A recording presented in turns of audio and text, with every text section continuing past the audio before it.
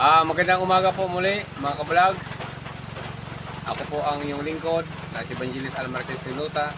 Dito kami sa kasalukuyan ngayon sa Purok 6, Barangay Alahala, Coron, Palawan.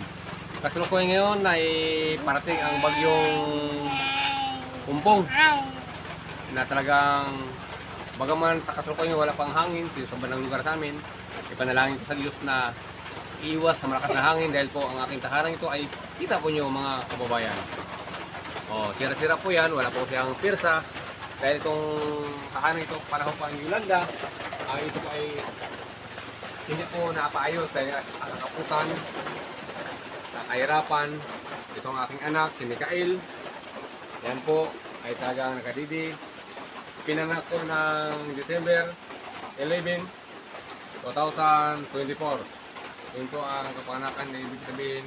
Ito may maglakad-lakad ng 10 buwan. At ito po ang aking tahanan ito. Kita ito sa kung kami sa ilalim po yan, nakalutan kami sa dagat. Ang aming tahanan ay sa pag maglaki ang dagat, inaabot. Ito po, yan po, sira-sira ang aking bahay. Nakita po nyo, ito po ang higaan ng aking mga anak. Sahig nito. Yan. Kung sino pong may ginito ang puso, ay talagang tingin ka ng yung suporta po. Yung pong nakakita ng video ito, pakishare, like, share lang po. Ito ay true story po na hindi po ito ay katotohanan po. True story po na ako ay isang mahirap lamang. Itong aking mga anak. 7 po to sila.